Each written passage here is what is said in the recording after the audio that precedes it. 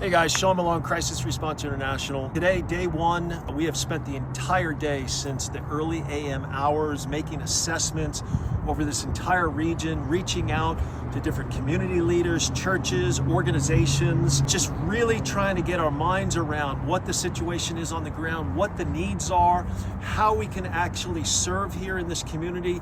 Early this morning, we started out in the Altadena area. We made assessments in that community, in the evacuation zones, met with key people over there. And then earlier today, we were over in the Palisades area where we got into the evacuation zone and even into the fire area itself, where we were with community members and homeowners, just listening to them in their angst, really, to get back into their community and just check on their homes to actually see if they were still there.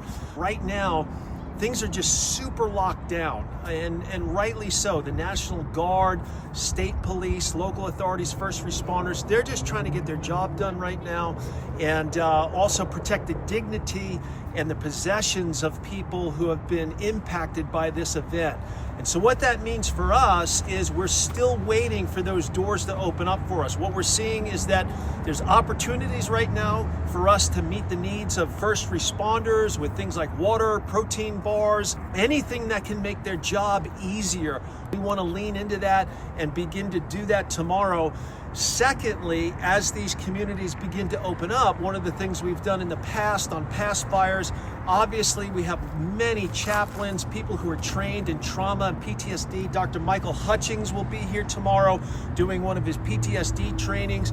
We want to be able to offer that to the community who has suffered great loss as we're doing ash outs, as we're meeting practical needs. And so there's very different dynamics in this event that's still unfolding.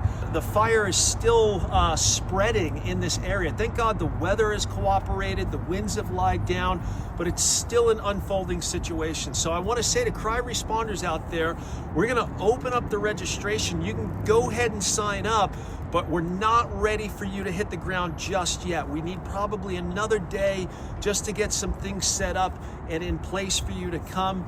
In the meantime, we're just asking that you guys continue to pray. And if you want to sow resources, if you have connections for resources, if you have connections with first responders or officials in this immediate community, in the Palisades community, or in the Altadena community, we'd love to connect with you on that level as well, so we can get in and get the resources that we want to bring in to these first responders to help them.